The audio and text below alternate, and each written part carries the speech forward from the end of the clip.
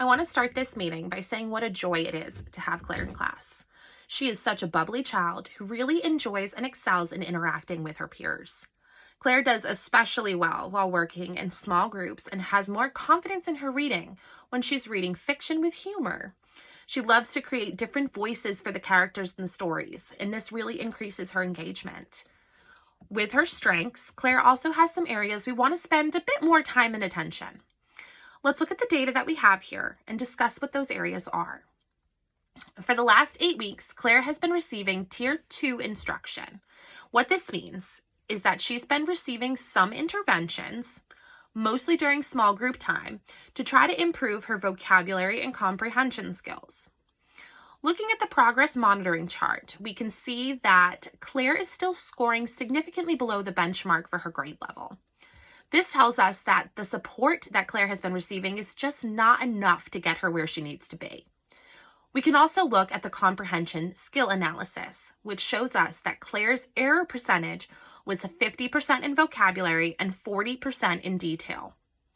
Oftentimes, when students struggle with vocabulary, they may also have difficulties with comprehension. When students don't understand the meaning of various words, then comprehending the passage can become very tricky. Our hope is that if we can improve Claire's vocabulary skills, her comprehension skills will improve as well. Based on the data we collected, we feel it's best to move Claire to Tier 3 instruction. This will provide her with more support and intervention, helping her reach 2 new literacy goals that we're setting for her. The first goal is Claire will utilize context clues to correctly identify unknown vocabulary words with 80% accuracy.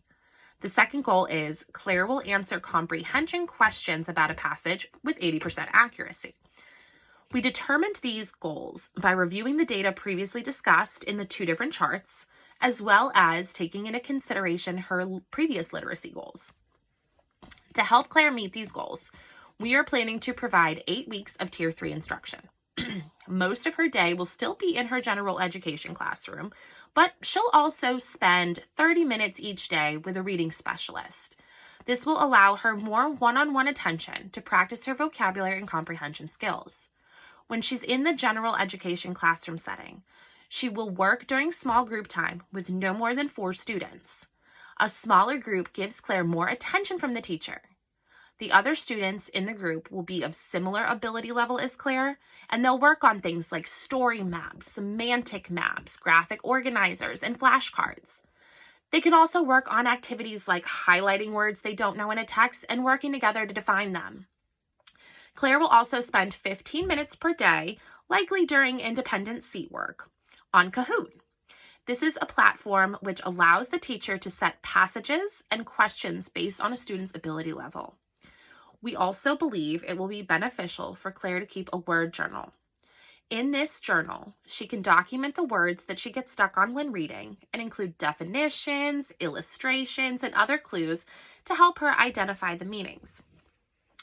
While we're going to work with Claire here in the school, there are also some things that you can do at home to make her real-world connections to the literacy skills. One thing we recommend is daily reading with your child.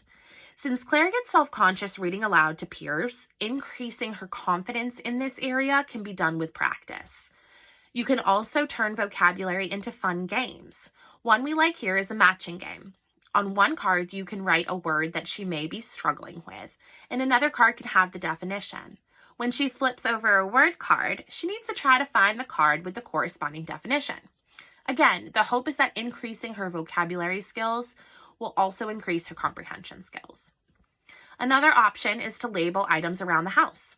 This will enable Claire to make a connection between real-life items and vocabulary.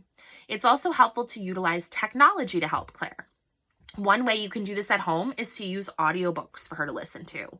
There are also various apps that allow you to create your own flashcards. This can be done to help her with her vocabulary. I also want to take a moment to highlight the resources that we have in our community. The local public library is a great place to go to help promote Claire's love of reading. They often have activities, events, and even camps.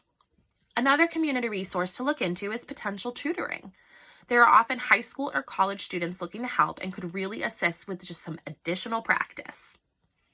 I know this sounds like a lot of work, and it will be, but this is why it's important to celebrate her successes and accomplishments whenever possible.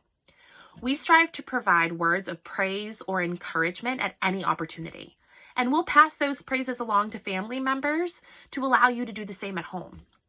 We also enjoy hanging up student work around the classroom, as this allows our peers to contribute to the celebration as well.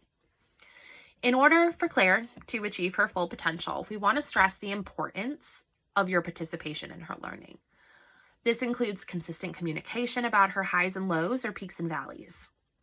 We try to be as transparent as possible on our end, and we will plan to send bi-weekly progress reports home with Claire about her progress. We will also implement a daily communication log. We'll send a notebook back and forth where anything noteworthy can be documented on either end. We will plan to have another formal face-to-face meeting in 8 weeks. In that meeting, we will review her data to see if the 2 literacy goals have been met. We know Claire can do this, and we plan to help her in any way that we can.